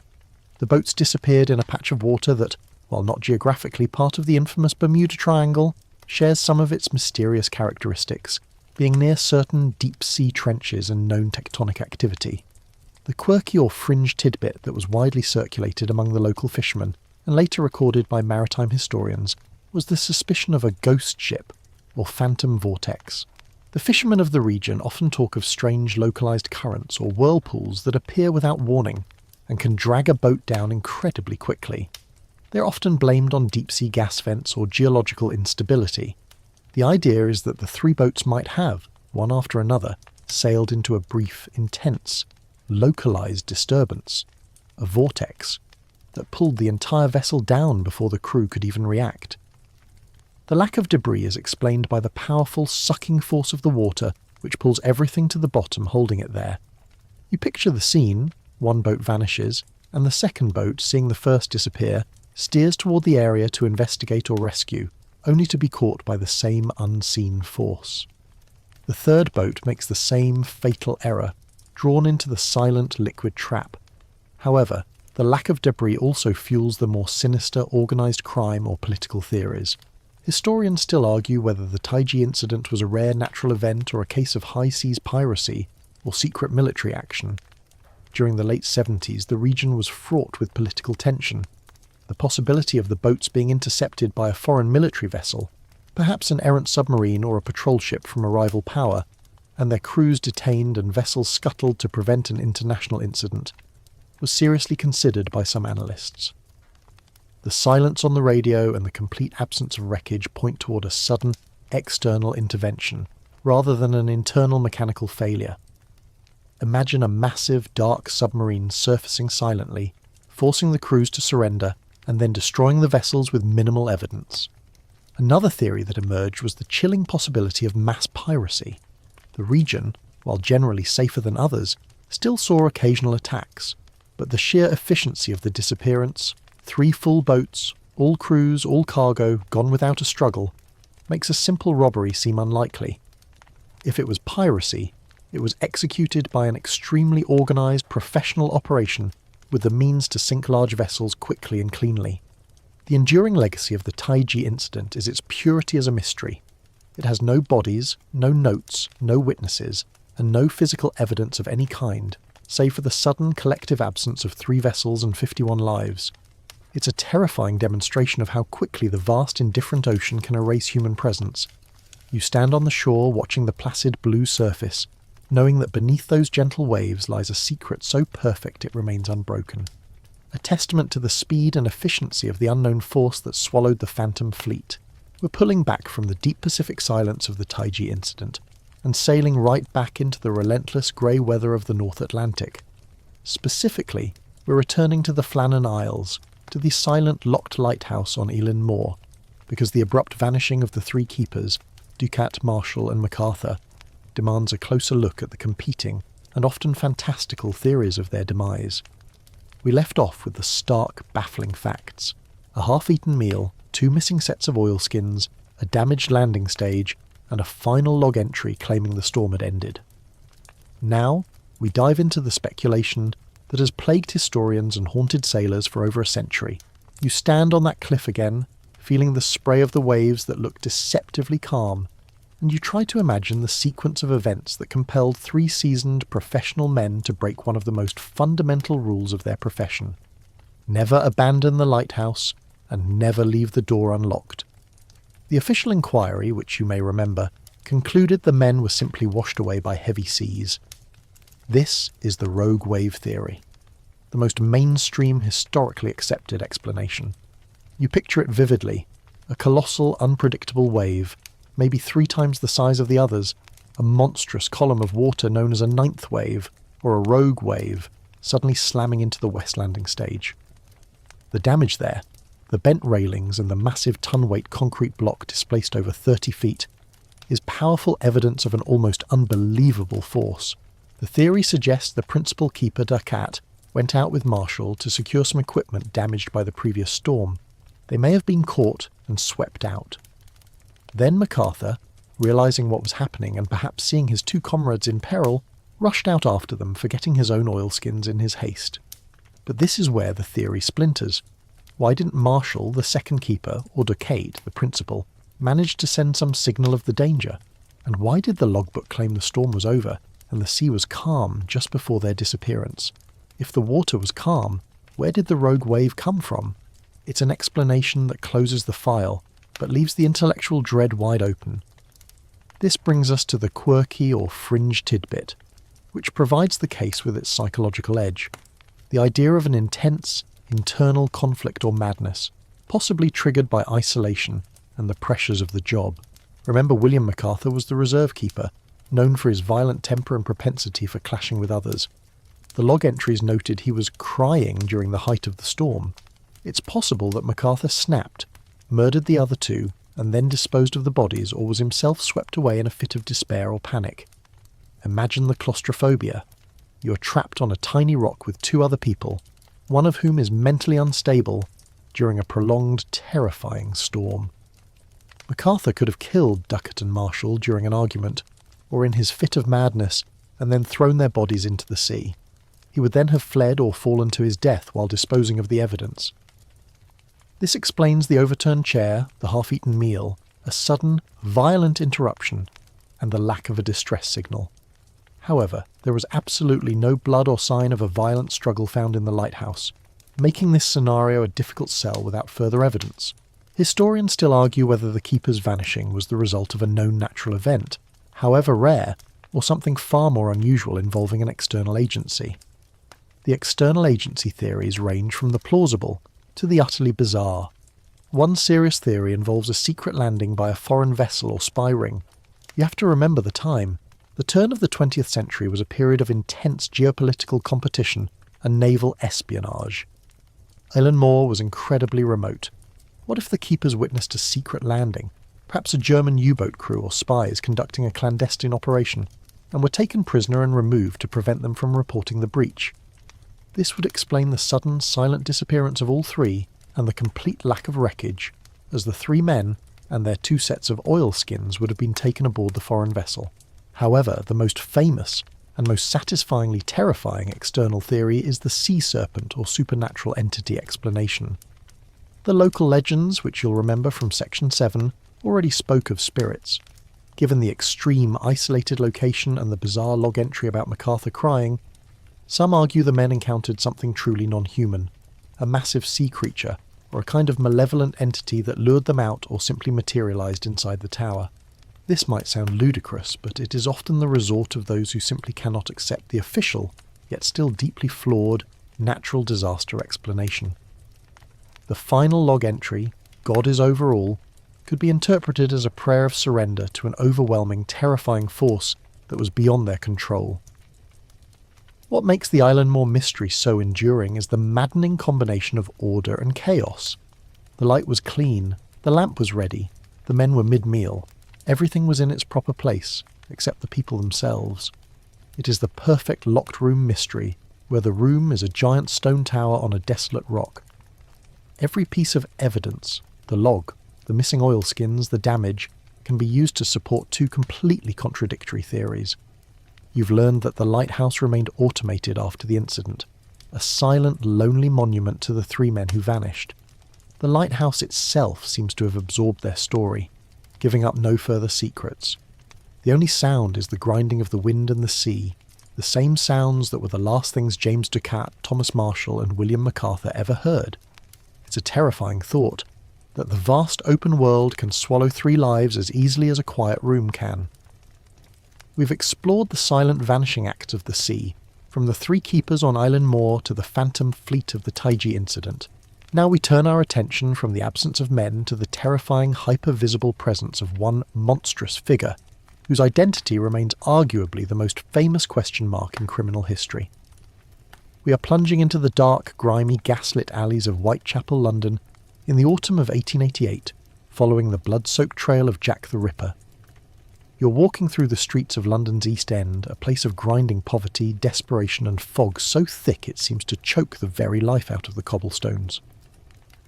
The year is the Victorian zenith, an era of moral prudery layered over a deep hidden rot, and nowhere was that rot more visible than in the lodging houses and narrow passages of Whitechapel. In a short, brutal period, roughly between August and November 1888, 5 women, the canonical 5 just as they became known, were murdered. Their names, often forgotten in the shadow of their killer, were Mary Ann Nichols, Annie Chapman, Elizabeth Stride, Catherine Eddowes, and Mary Jane Kelly. All were impoverished prostitutes, brutally slain, often with horrific anatomical precision that suggested a chilling level of skill. The sheer brutality of the mutilations and the serial nature of the attacks are what catapulted the case from a local crime to an international obsession. The mainstream historical fact that defines this case is the killer's brazen correspondence with the authorities and the press. The name Jack the Ripper was born from a letter sent to the Central News Agency, signed with that chilling moniker. The police received numerous letters, but two in particular are considered potentially authentic. The Dear Boss letter, which gave the killer his name, and the From Hell letter, which was sent with half a human kidney, allegedly taken from one of the victims. This correspondence was a calculated act of psychological warfare, making the police look helpless and transforming the killer into a legendary, almost mythological figure of terror. The investigation was immediately plagued by the era's limitations. Forensic science was primitive. Fingerprinting was not yet a standard practice. The police had no centralised communication, and the streets were too dark and crowded to secure a reliable witness base. You can imagine the scene. Police inspectors and plainclothes officers fanning out, trying to interview witnesses who were often too terrified, drunk or unreliable to offer clear information. The enduring mystery lies in the question: who was he? The list of suspects over the decades has grown to nearly 100, ranging from the insane to the aristocratic, from surgeons to sailors. This brings us to the quirky or fringe tidbit which still fuels debates today: the idea that the killer was a member of the royal family, or at least a highly educated person with access to surgical instruments. The most famous royal suspect is Prince Albert Victor, Duke of Clarence and Avondale, Queen Victoria's grandson. While this theory is almost entirely debunked by solid alibis, the persistence of the idea that the Ripper was someone powerful, someone who could disappear back into the upper echelons of society, remains fascinating. The surgical precision of the mutilations suggested a killer with anatomical knowledge, a doctor, a butcher, or even a medical student. The police spent considerable time interviewing slaughtermen and medical professionals in the area, often frustratingly close, yet always coming up empty. Historians still argue whether the Ripper was a single individual or a conspiracy of multiple perpetrators. The varying levels of mutilation between victims, particularly the difference between the first four and the final, most brutalised victim, Mary Jane Kelly, has led some to suggest that the crimes were either the work of a single killer whose methods rapidly escalated, or that there were two or more individuals operating concurrently in the chaos of Whitechapel. The most complex theory involves a Masonic or political conspiracy to silence witnesses, an idea often dismissed as pure fantasy, yet it speaks to the public's hunger for an explanation that matches the scope of the horror. One of the most persistent modern-day suspects is Aaron Kosminski, a Polish Jewish barber and paranoid schizophrenic who lived in the area. Evidence points to him as the leading candidate, primarily through mitochondrial DNA testing performed on a shawl found near the body of Catherine Eddowes. This evidence, however, is not without controversy. Historians still debate the integrity of the sample collection, the possibility of contamination over the years, and the reliability of the specific DNA fragments tested. Another prime suspect is Walter Sickert, a famous artist of the time, who was obsessed with the Ripper murders and often painted scenes related to them. Sickert's psychological profile and his detailed knowledge of the victims and their lodgings make him a compelling, though highly circumstantial candidate for the more aesthetically minded Ripperologists. Ultimately, the terror of Jack the Ripper is that his identity remains locked in the mists of 19th century history. You look into the fog-shrouded streets, and you realise the investigation was hampered not just by technology, but by social indifference. The victims were seen as disposable, and the police response, though massive by the standards of the time, was often disorganised and focused on the wrong things. You walk away from Whitechapel with the distinct feeling that the killer's true face was known to someone, a wife, a mother, a friend, who, for whatever reason, took that secret to their grave. Jack the Ripper wasn't an invisible monster. He was a man who lived and breathed among the people, and his ultimate and most chilling victory was his successful permanent vanishing act back into the anonymity of the crowd. We're emerging from the gaslit streets of Victorian London and the unsolved violence of Jack the Ripper, trading the razor for the parachute, and moving into the highly technological yet equally baffling world of the modern era. You're now in the skies over the Pacific Northwest in 1971, witnessing the only unsolved case of air piracy in United States history, the legend of D.B. Cooper. The date is November 24th, 1971, Thanksgiving Eve. You're a passenger settling into the short 30-minute flight of Northwest Orient Airlines Flight 305, a Boeing 727, departing from Portland, Oregon, and heading to Seattle, Washington. The flight is routine, the cabin lights are dim, and a gentleman in his mid-40s, conservatively dressed in a dark suit, tie and trench coat, is seated in 18C. He identifies himself as Dan Cooper. Sometime after takeoff, Cooper hands a note to Florence Schaffner, the flight attendant nearest him. Schaffner, assuming it's a lonely businessman offering his phone number, slips the note into her purse without reading it. Cooper leans in and whispers, "Miss, you'd better look at that note. I have a bomb." You watch as Schaffner opens the note. It is neatly printed, containing one of the most famous demands in criminal history. The mainstream historical fact of this case is that Dan Cooper demanded $200,000 in negotiable currency, unmarked $20 bills, 2 main parachutes, 2 reserve parachutes, and a fuel truck waiting at the Seattle-Tacoma International Airport, SeaTac. The note itself was never recovered, as Cooper retrieved it after she read it, another deliberate act of eliminating evidence. The flight attendant followed his instructions, sitting next to him while he calmly displayed the bomb, a briefcase containing 8 red cylinders, dynamite sticks, wired to a large battery. Cooper was polite, articulate, and completely calm throughout the ordeal. His manner was so professional that the flight crew would later note he seemed less like a criminal and more like a very impatient businessman. The demands were met swiftly by the airline and the FBI. When the plane landed at SeaTac, the lights were dimmed, and the ransom and parachutes were delivered to Cooper by an airline employee. In exchange, Cooper released the other passengers and 2 of the flight attendants. He kept Schaffner and 2 pilots on board, demanding the plane be refueled. Now the second, terrifying phase begins. Cooper orders the pilot to take off again, instructing him to fly southeast toward Mexico City at the lowest possible altitude and the slowest possible speed, no more than 10,000 feet and about 100 knots. With the landing gear down and the wing flaps set to 15 degrees, these are extremely specific technical instructions, a key detail that made the FBI initially suspect he was either a pilot, a former paratrooper, or highly knowledgeable in aircraft operation. As the 727 flew into a driving rainstorm and complete darkness, somewhere near the border between Washington and Oregon, Cooper carried out his plan. He tied the bag of money to himself, strapped on 2 parachutes. It was later discovered he had been given an unusable dummy chute, which he failed to notice, adding to the mystery of his alleged expert knowledge, and ordered the flight attendant to the cockpit. At 8:13 p.m, a red light blinked in the cockpit, signalling that the aft air stair, the set of retractable stairs at the tail of the 727, had been lowered. You can practically feel the blast of the cold, dark, wet air rushing into the cabin. The pilots noticed a change in air pressure. Cooper was gone. The search that immediately followed was massive, frustrating, and utterly fruitless. The FBI tracked the plane's path for hundreds of miles, sending hundreds of agents, soldiers, and helicopters to scour the rugged, heavily forested, mountainous terrain along the suspected jump path. They found nothing. No parachute, no trench coat, no piece of the bomb, and certainly no sign of D.B. Cooper. The core of the mystery, and the quirky or fringe tidbit, is that the parachutes provided to Cooper were carefully chosen for him to fail. One was sewn shut, and the other was an ancient, inoperable trainer chute, yet he chose to jump with the only 2 that were functional. Had he been the expert military paratrooper the FBI suspected, he would have instantly recognised and rejected the dummy chutes. This error introduced a terrifying paradox.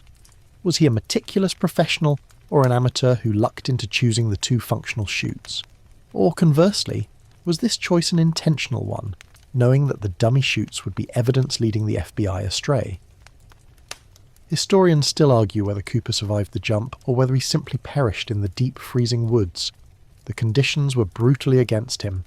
A dark night, heavy rain, a low jump altitude and wind speeds that would have made a controlled landing impossible.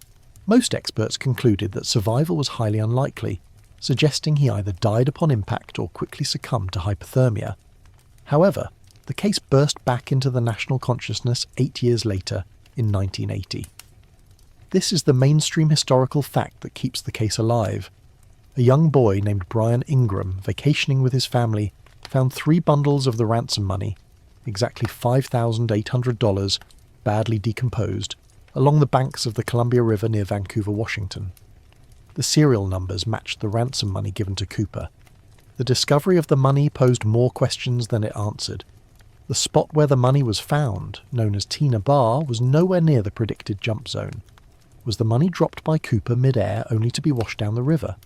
Or did Cooper land successfully, bury the money, and then it was unearthed by river dredging years later? The dominant theory now suggests the money was deposited in the river sometime between 1974 and 1978, but exactly how it got there remains unknown. The discovery of the cash, while confirming Cooper was real and the money was his, did not bring the FBI any closer to finding the man himself. They collected thousands of tips, pursued dozens of high-profile suspects, from a former World War II paratrooper named Richard Floyd McCoy, who carried out a similar skyjacking a few months later and was ultimately ruled out, to a deceased commercial pilot named Lynn Doyle Cooper, the source of the confusion over the name D.B. Cooper in the press. Ultimately, D.B. Cooper remains the phantom of the northwest sky. You look up at the clouds on a dark, rainy night and imagine the solitary figure falling through the blackness, $200,000 strapped to his waist. Did he pull the ripcord and survive, living out his days anonymously on the lost $194,200? Or did he simply become another unidentified cold casualty of the vast, unforgiving wilderness, an ending perhaps far less glamorous than the legend demands? We may never know, and that, in a way, is his greatest heist. We've descended from the cold, high-altitude enigma of D.B. Cooper's aerial escape, and now we are grounded in a mystery of the most tragic and heartbreaking kind. The unsolved case of a child known only as the boy in the box. You are leaving behind the professional criminal and entering the world of silent, anonymous victimhood. The date is February 25th, 1957. You're walking along a remote, overgrown stretch of Susquehanna Road in the Fox Chase neighborhood of northeast Philadelphia, Pennsylvania. The area is semi-rural, a place where people often dump trash and unwanted items. As you pass through a clearing, you see a disturbing sight. A large, corrugated cardboard box, the kind used to ship a bassinet. Inside that box, wrapped in a coarse plaid blanket, lies the badly beaten body of a small boy, estimated to be between 4 and 6 years old. This is the boy in the box, whose face, with his wide, serious eyes and close-cropped hair, would become the enduring, haunting image of Philadelphia's most enduring cold case. The boy's body told a silent, agonizing story of abuse and neglect. He was severely malnourished, with multiple deep bruises, especially on his head and face. His body was crisscrossed with surgical scars, most notably a distinct L-shaped scar on his chin, and he had obviously received various medical treatments at some point. His hair appeared to have been recently and crudely cut. You can see the jagged lines from the shears, suggesting a hurried attempt to alter his appearance before he was dumped. The most unsettling detail was that he had been bathed shortly before or after his death. His fingertips and palms were wrinkled from prolonged immersion in water. This is your mainstream historical fact.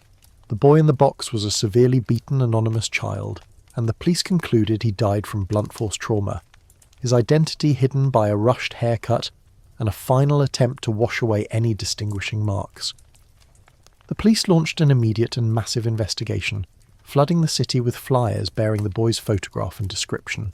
They used every available media outlet, from newspapers to milk cartons, in an attempt to put a name to the tragic face. They sent the boy's prints and photographs across the country. They conducted house-to-house searches, interviewing every family with a missing child, or one matching his description in the region. Yet no one came forward to claim the child, and no one could identify him. He was a child who seemingly had no family, no friends, and no records. The sheer anonymity of the victim became the central, baffling puzzle. How could a 4 to 6-year-old boy simply vanish from society without a single person? A neighbour, a school, a doctor, a grandparent, noticing or reporting him missing? This leads to the persistent, chillingly specific theories that emerged from the police investigation. One of the most famous leads, the foster home theory, arose from a quirky or fringe tidbit.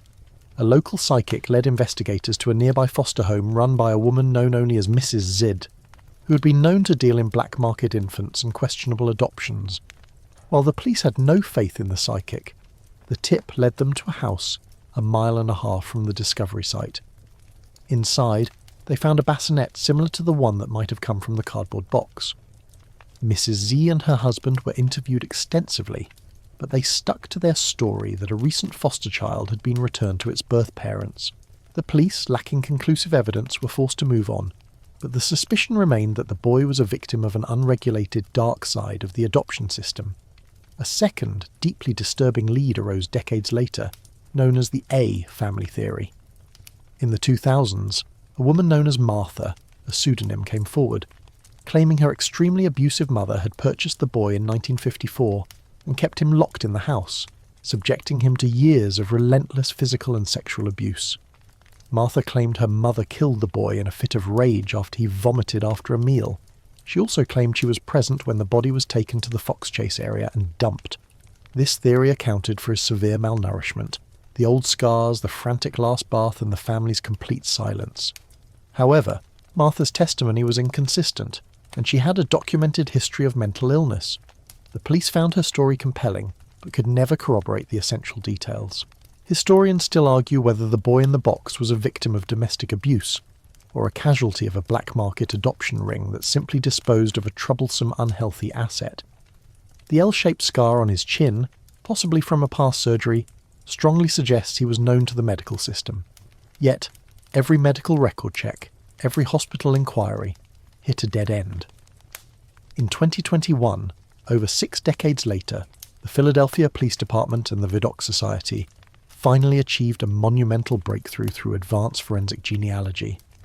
Using DNA extracted from the boy's exhumed remains, they were able to identify the boy's biological parents, and finally, his name, Joseph Augustus Zarelli. You're standing at his grave now, the stone marker that once simply read, America's Unknown Child, now bearing his full name. But the case is not closed.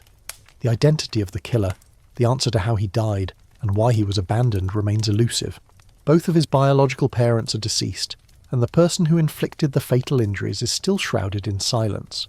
The tragic puzzle of Joseph Augustus Zarelli is a grim reminder that not all mysteries involve grand espionage or aerial heists. Sometimes, the most impenetrable secrets are the small, terrible ones locked behind the doors of a family home, a secret that took 64 years just to give a dead child his name back.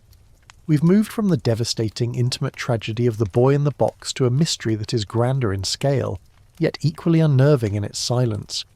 You are leaving the dark alleys of Philadelphia and stepping onto the deck of a sailing ship, a perfect, chilling example of a floating enigma. We're sailing to the Atlantic in 1872 to explore the definitive ghost ship story, the fate of the Mary Celeste. Picture this with me. It's the evening of December 5th, 1872. You're aboard the Dei Gratia, a British brigantine, sailing the warm equatorial waters of the Atlantic, about 400 miles east of the Azores.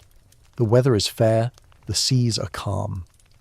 You spot a brigantine about 6 miles away, sailing erratically. As you draw closer, the ship appears abandoned. Her sails are partially set, but she's running strangely with no one at the helm. The captain of the Dei Gratia, David Morehouse, recognises the vessel. It's the Mary Celeste, which had left New York City 8 days before him, bound for Genoa, Italy. Morehouse knew the Mary Celeste's captain, Benjamin Briggs, and decided to investigate. When a boarding party from the Dei Gratia steps onto the Mary Celeste, they are immediately struck by a profound, haunting silence. You walk the decks, and the scene is one of unsettling order. There are no signs of a struggle or a fight. The ship is structurally sound, and though taking on a little water, a typical amount for a brigantine, it is perfectly seaworthy. But the crew of 10, Captain Briggs, his wife Sarah, their 2-year-old daughter Sophia, and 7 experienced sailors, were gone, vanished. The mainstream historical fact that makes this case so baffling is the contrast between the ship's condition and the crew's absence. The cargo, 1,701 barrels of denatured alcohol, was almost completely intact. A 6-month supply of food and water was still aboard. The crew's personal effects, including money, jewellery and navigational instruments, were found neatly stowed in their cabins, suggesting they left with no prior warning or opportunity to grab their valuables. The captain's clock was still running, but the ship's logbook ended 10 days earlier, recording the last position about 100 miles from where the ship was found. You walk into the galley and see the last thing the crew prepared. The last meal was uneaten, though some accounts exaggerate this into a still-steaming meal. More accurately, the stove was displaced and the food was spoiled. Crucially, 3 feet of water was found in the hold, and the main pump was disassembled. One lifeboat, the single largest clue, was missing, suggesting the crew had launched it. But why? Why abandon a perfectly good, seaworthy ship, taking only a single lifeboat and leaving behind everything necessary for survival? The only other pieces of damage were minor. The ship's compass was destroyed, it was broken on the deck, and one of the vessel's 10 hatches was missing its cover. This is where the speculation starts to feel like the cold grip of the sea. The simplest explanation, which historians still argue, is that the crew feared a catastrophic explosion and launched the lifeboat. The cargo, crude alcohol, was volatile. Perhaps the missing hatch cover allowed some fumes to build up in the hold. If Captain Briggs believed the alcohol barrels were about to explode, perhaps a small internal rupture led him to smell the fumes. He may have ordered everyone into the lifeboat, intending to tether it to the ship until the danger passed.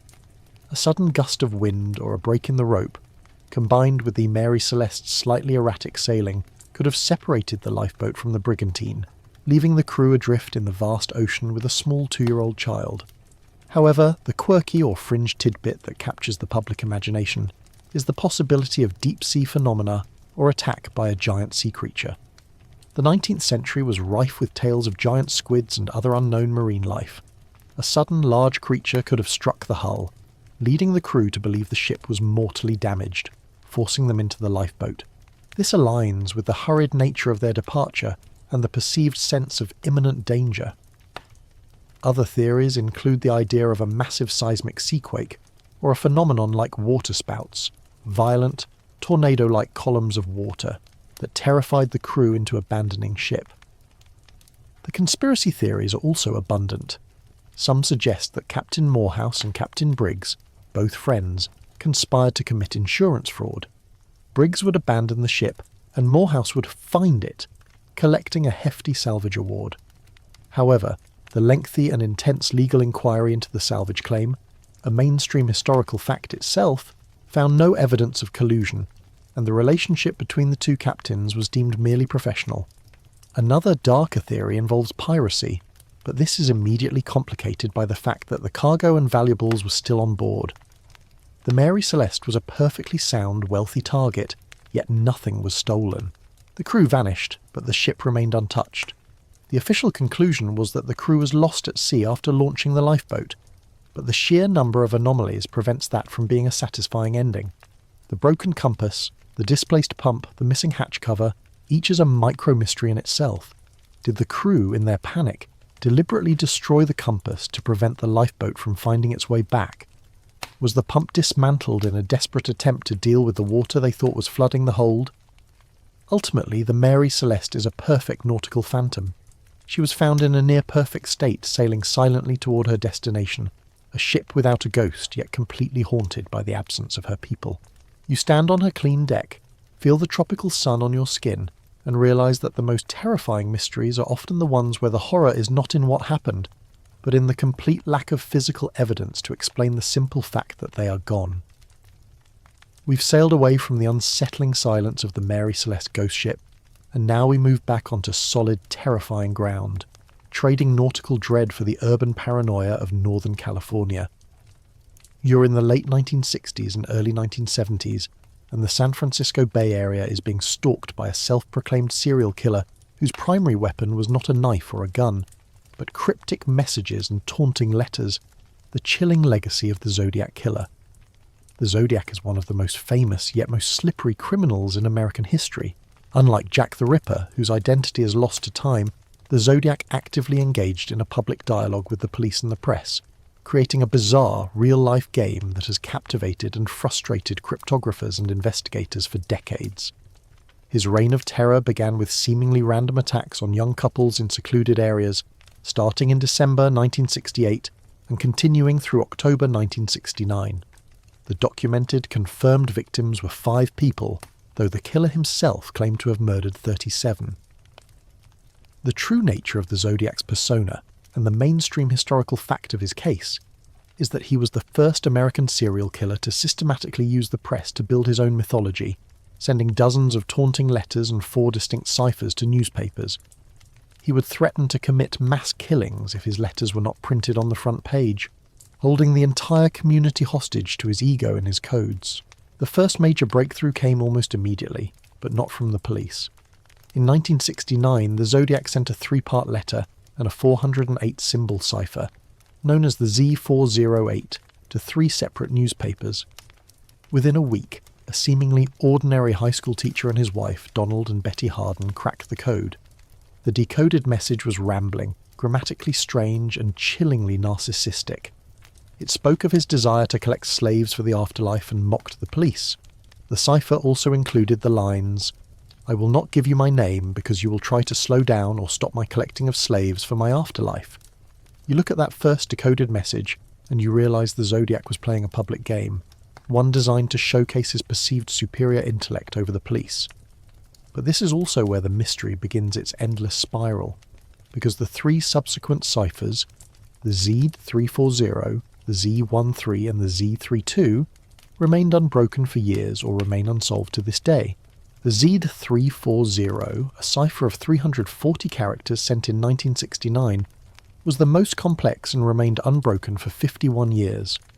The bizarre or fringe tidbit is that the Z340 was finally cracked in 2020 by a team of civilian cryptographers who determined the killer used a complex reading in a diagonal method of encryption, a technique that baffled the FBI for decades. The decoded message, much like the first, offered no identity, but contained a rambling, taunting phrase, "I hope you are having lots of fun in trying to catch me. I am not afraid of the gas chamber because it will send me to paradise all the sooner." It confirmed his ego and his indifference to consequence, but offered no concrete lead. The 2 remaining short ciphers, the Z13, which contains the phrase, "My name is Bluff Geens," and the Z32, remain maddeningly unsolved. If they contain the killer's name, they are the key to closing the case, but the shortness of the ciphers makes them extremely resistant to brute force code breaking. The identity of the Zodiac is another battleground for historians, code breakers, and amateur detectives.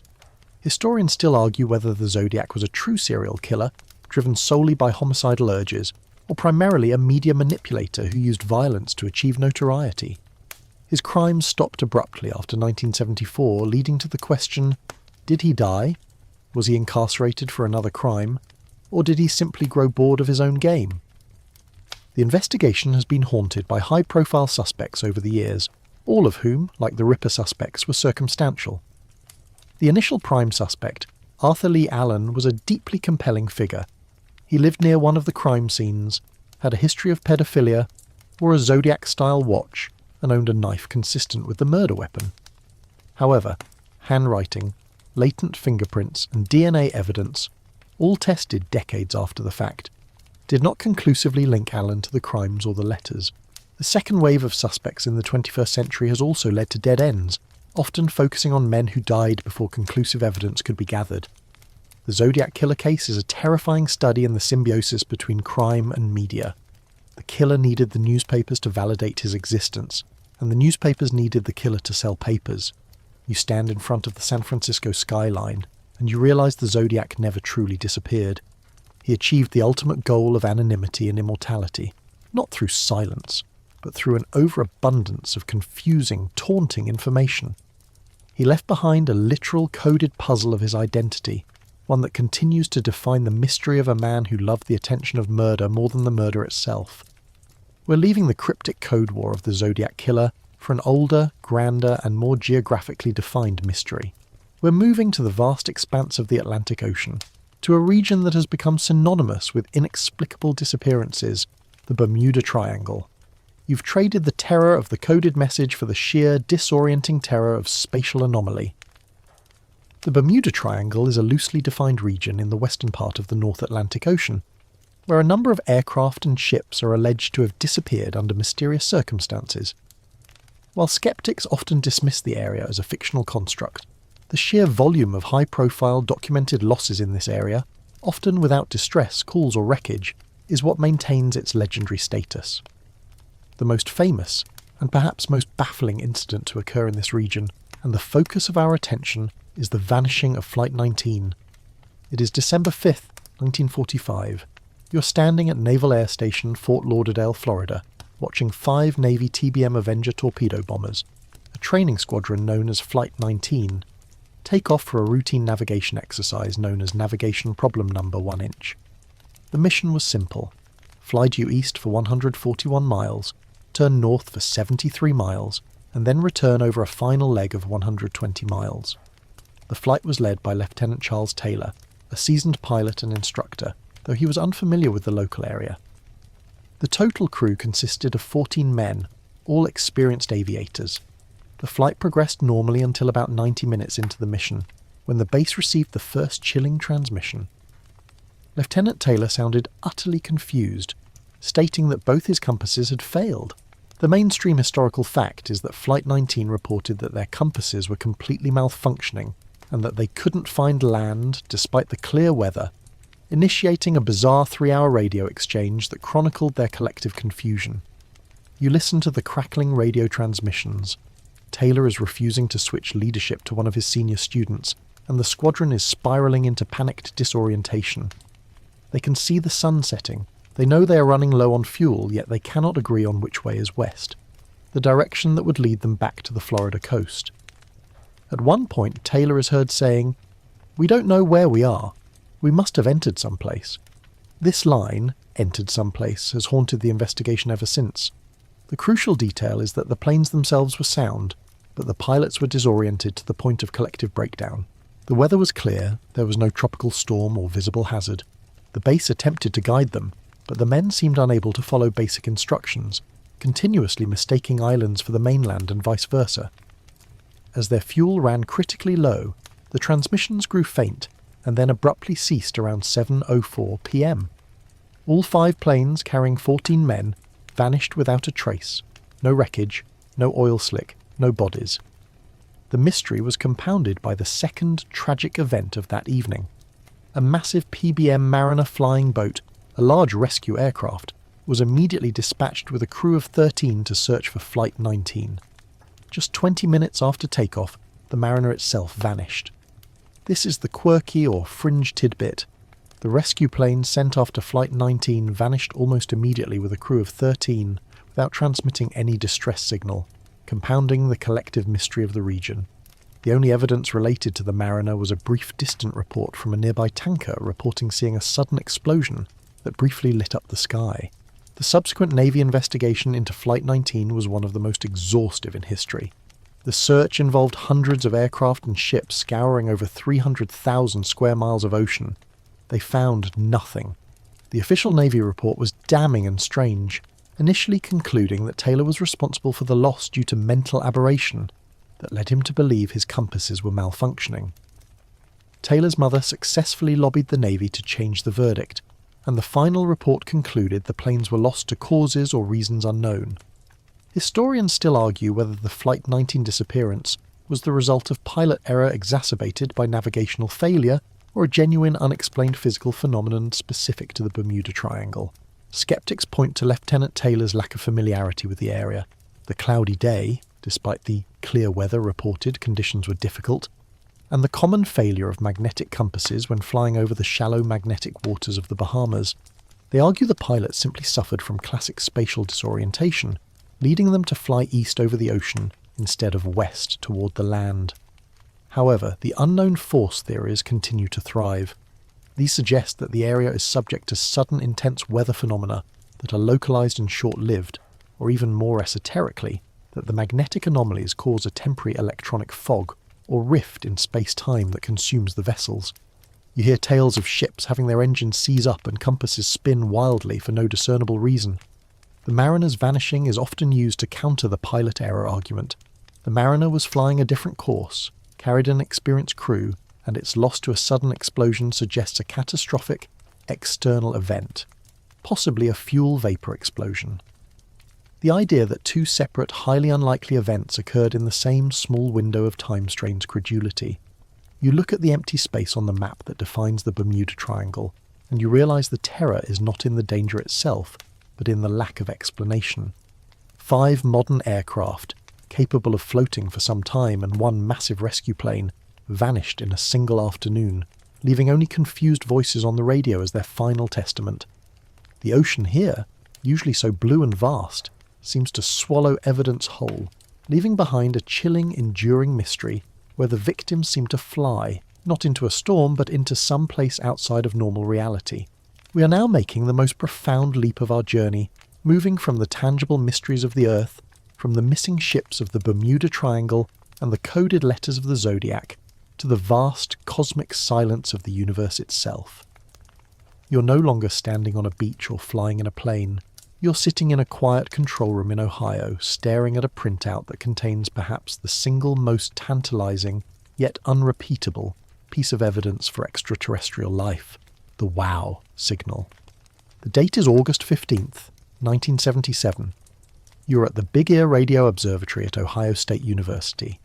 The observatory was engaged in the search for extraterrestrial intelligence, SETI, systematically scanning the heavens for non-random artificial radio signals that might indicate the presence of an intelligent civilization elsewhere in the cosmos. The equipment was primitive by today's standards, relying on large-format paper printouts for recording data. You are the volunteer, Jerry Amon, a specialist who reviews the stacks of printouts generated by the telescope. It's a monotonous job, looking at strings of numbers and letters that represent the intensity of radio signals captured by the antenna. The scale used is 1 for the weaker signal, 9 for the strongest, and letters A to Z for signals so intense they exceed the single-digit scale. A signal of A represents an intensity between 10.0 and 10.9, B is 11.0 to 11.9, and so on. As you review the printout from a specific point in the sky, you come across a sequence that immediately causes the hair on the back of your neck to rise. In a string of signals that is usually bland, noise-level data, a sequence appears that is both incredibly strong and incredibly specific, 6EQUJ5. This sequence represents a signal that rapidly increased in intensity, peaked at a strength of U, an intensity over 30 times stronger than the background noise, and then rapidly decreased. The signal lasted for exactly 72 seconds, the exact amount of time that the Big Ear telescope, due to the Earth's rotation, could observe any given point in the sky. It was a clear, intense spike, unlike any natural radio noise, and it occurred at the precise frequency that is critical to the search for life. The mainstream historical fact that makes this signal so significant is that the WOW signal was received at 1420.4556 MHz, which is the precise hydrogen line frequency, an internationally protected frequency often hypothesized as the cosmic calling card for advanced civilizations. Hydrogen is the most common element in the universe, and its natural emission frequency is considered the universal constant for communication. The signal was received right at that critical frequency, where natural cosmic noise is at its minimum. Amon was so stunned by the data that he circled the sequence on the printout with a red pen and wrote the simple, emphatic annotation in the margin. Wow! This single, 72-second burst of high-intensity, narrow-band, hydrogen-frequency radio energy is the holy grail of SETI. It had all the hallmarks of an artificial interstellar transmission. Narrow bandwidth, indicating it wasn't a broad, natural noise source, high intensity, suggesting a deliberate, powerful transmitter, and the correct frequency, the cosmic common ground. The quirky or fringe tidbit that compounds the mystery is the precise location from which it came. The signal originated from the direction of the constellation Sagittarius, near the star group Chi Sagittarii, a region of space containing no known, nearby sun-like stars that could theoretically host an intelligent civilization. This made it extremely difficult to attribute the signal to a known star system, forcing the possibility that the source was either a rogue planet or a system far too distant to be catalogued. The most frustrating element of the WOW signal is its unrepeatability. Despite years of searching by the Big Ear team and subsequent more powerful radio telescopes around the world, the signal was never heard again. You picture the researchers, day after day, week after week, pointing their sensitive antennas back at the exact coordinates of the signal, only to receive the mundane, low-level static of cosmic noise. It was a one-time whisper from the universe, a brief interruption of the galactic silence. Historians still argue whether the signal was genuinely extraterrestrial, or the result of a highly improbable terrestrial source that was simply never tracked down. Skeptics have proposed various earthbound explanations, including an unusual reflection of a military or commercial satellite transmission, or a transient, highly powerful signal from a passing aircraft. However, none of these explanations fully account for the signal's narrow bandwidth and its precise critical frequency. If it was a satellite, why the hydrogen line? If it was an aircraft, why the 72-second duration precisely matching the observation window?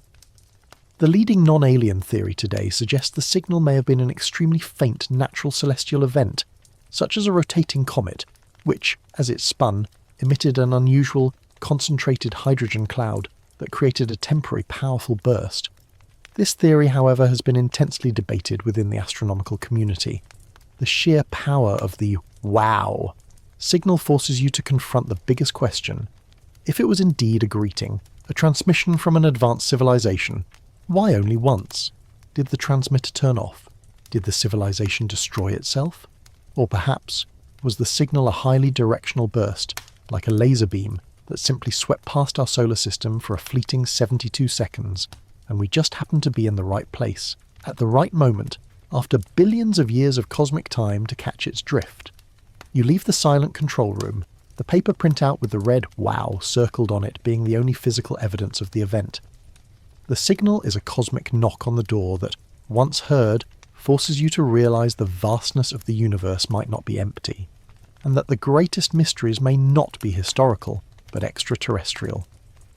We have traversed from the haunting, silent cosmic mystery of the wow, signal back down to the jungles of Earth, for our final and most compelling human mystery of sheer, total disappearance.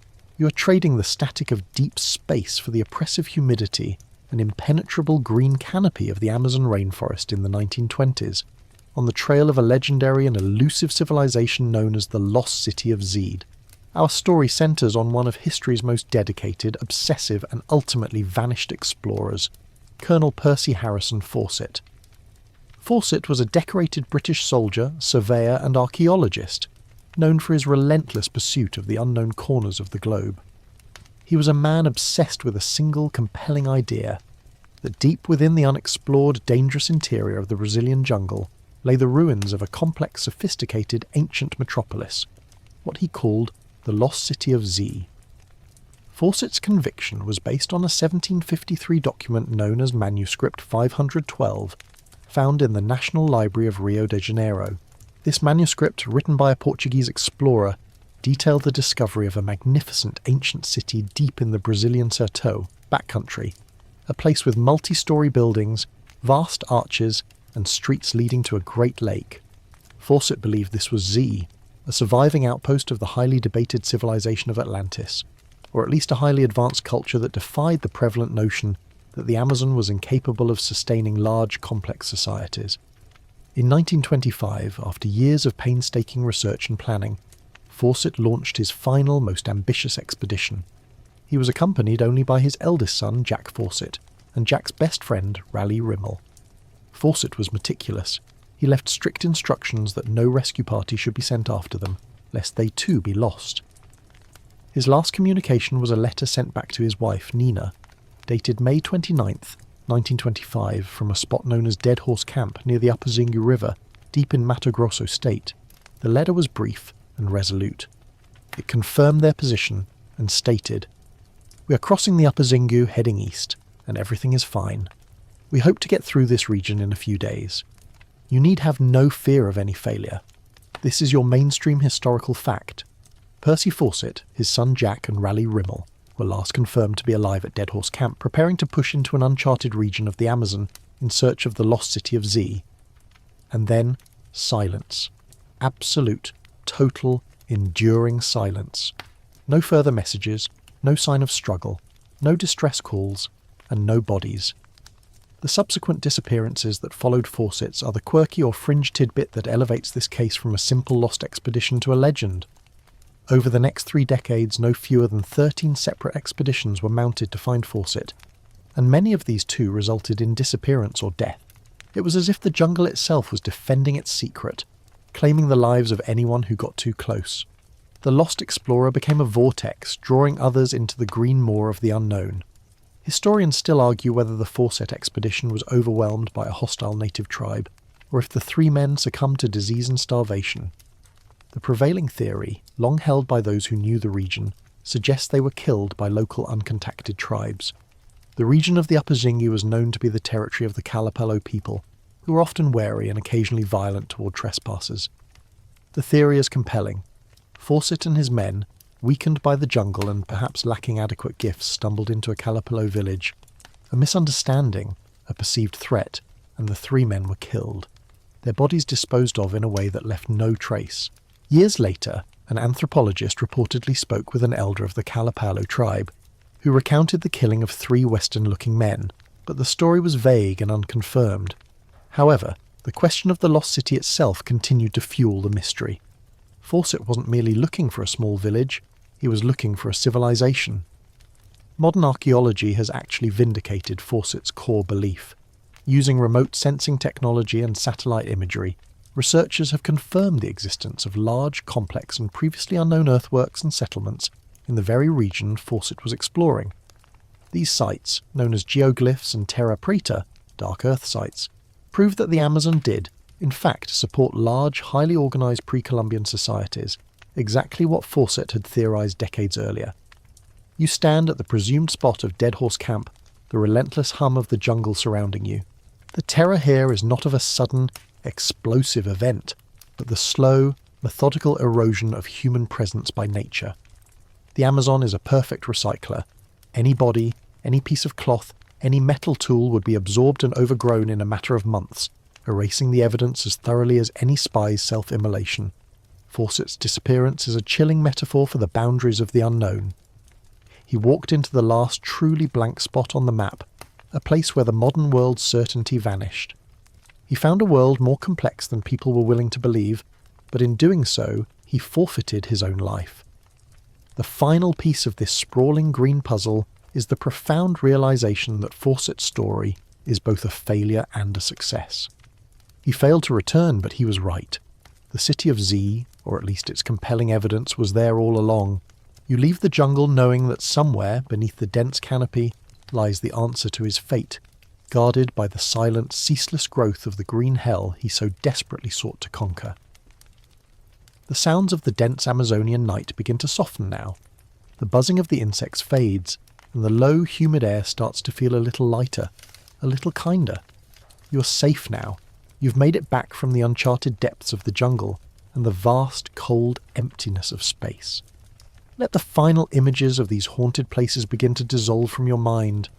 That chilling cipher, the silent deck of the ghost ship, the lonely, snowy mountain where the hikers panicked, they are all receding into the deep, quiet past.